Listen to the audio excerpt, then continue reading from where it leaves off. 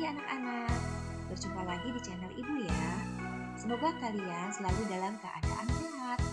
Hari ini kita akan belajar tema 1, subtema 3, materi IPA tentang pelestarian hewan dan tumbuhan.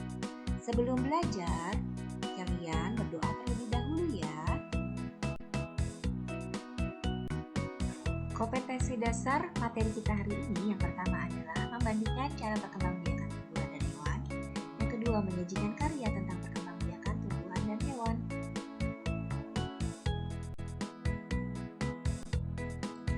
Tujuan pembelajaran pada kali ini, yang pertama adalah siswa dapat menjelaskan cara melestarikan hewan. Yang kedua, siswa diharapkan dapat menjelaskan cara melestarikan tumbuhan. Yang ketiga, diharapkan kalian bisa membuat poster tentang pelestarian hewan dan tumbuhan. Pelestarian hewan dan tumbuhan. Makhluk hidup memerlukan tempat tinggal untuk hidup dan berkembang biak. Tempat tinggal makhluk hidup disebut habitat, misalnya hutan. Hutan harus kita jaga agar hewan dan tumbuhan yang tinggal di dalamnya dapat melangsungkan hidupnya. Manfaat menjaga kelestarian hewan dan tumbuhan. Setelah kita menjaga kelestarian hewan dan tumbuhan, tentunya banyak manfaat yang diperoleh. Yang pertama yaitu hewan dan tumbuhan tidak akan punah. Yang kedua, dapat dimanfaatkan oleh manusia sebagai makanan. Tentunya hanya beberapa hewan dan tumbuhan saja yang dapat dimakan oleh manusia ya. Yang ketiga, menjaga keseimbangan ekosistem antara produsen dan konsumen. Ini faktor yang sangat penting. Jika kita dapat melestarikan hewan dan tumbuhan, sudah pasti keseimbangan ekosistem yang ada di alam ini dapat dijaga.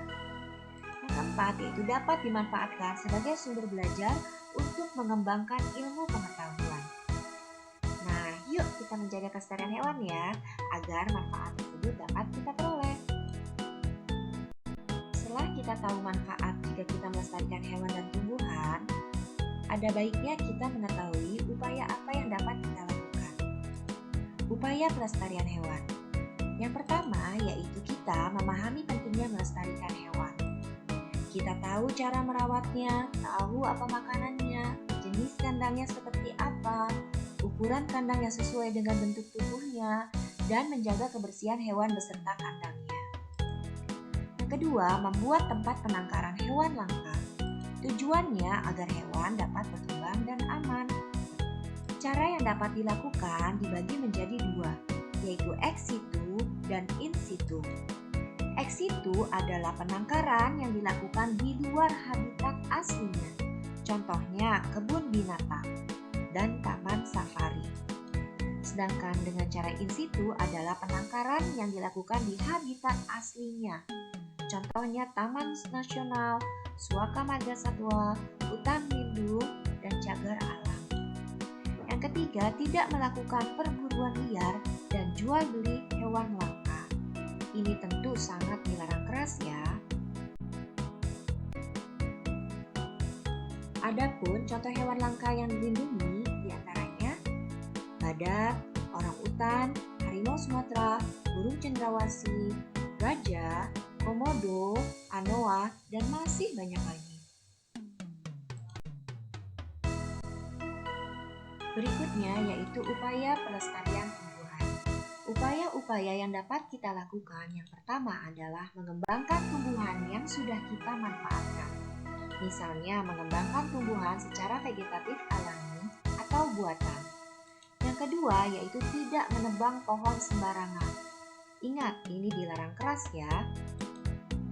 Yang ketiga, melakukan tebang pilih, yaitu menebang pohon dengan memilih ukuran dan usia tumbuhan yang sesuai.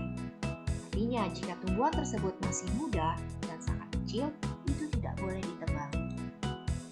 Yang keempat, yaitu penghijauan, artinya menanam kembali pohon yang sudah ditebang. Yang kelima adalah pelestarian tumbuhan secara in situ dan ex situ. Diingat, secara in situ itu berarti pelestarian dilakukan di habitat tumbuhan itu sendiri. Secara ex situ berarti pelestarian tumbuhan dilakukan di luar habitatnya. Contohnya ex situ itu adalah kebun raya, sedangkan jika in situ yaitu hutan lindung atau cagar alam. Contoh tumbuhan yang dilestarikan yaitu bunga bangkai, Rafflesia arnoldi, kantong semar, cendana, meranti, anggrek putih, dan masih banyak lagi tentunya ya. Yang keenam adalah mengembangkan tumbuhan langka dengan kultur jaringan. Di sini yaitu memperbanyak jaringan tumbuhan dengan tumbuhan baru. Nah, kalian sudah mempelajari tentang pelestarian hewan dan tumbuhan. Jadi kalian sudah tahu apa yang dapat kalian lakukan untuk menjaga kelestarian hewan dan tumbuhan. Jadi, yuk kita melestarikan hewan dan tumbuhan mulai sekarang. Selanjutnya, kalian diharapkan bisa membuat poster tentang pelestarian hewan dan tumbuhan.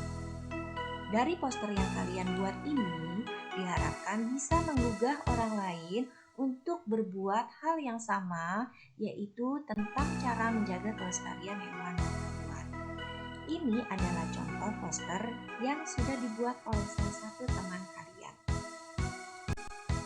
Nah, anak-anak, itulah materi yang Ibu berikan pada hari ini di channel ini. Semoga bermanfaat untuk kalian. Dan jangan lupa kalian praktikkan di kehidupan sehari-hari ya. Akhir kata, Ibu mengucapkan terima kasih dan sampai jumpa lagi. Bye-bye. Assalamualaikum warahmatullahi wabarakatuh.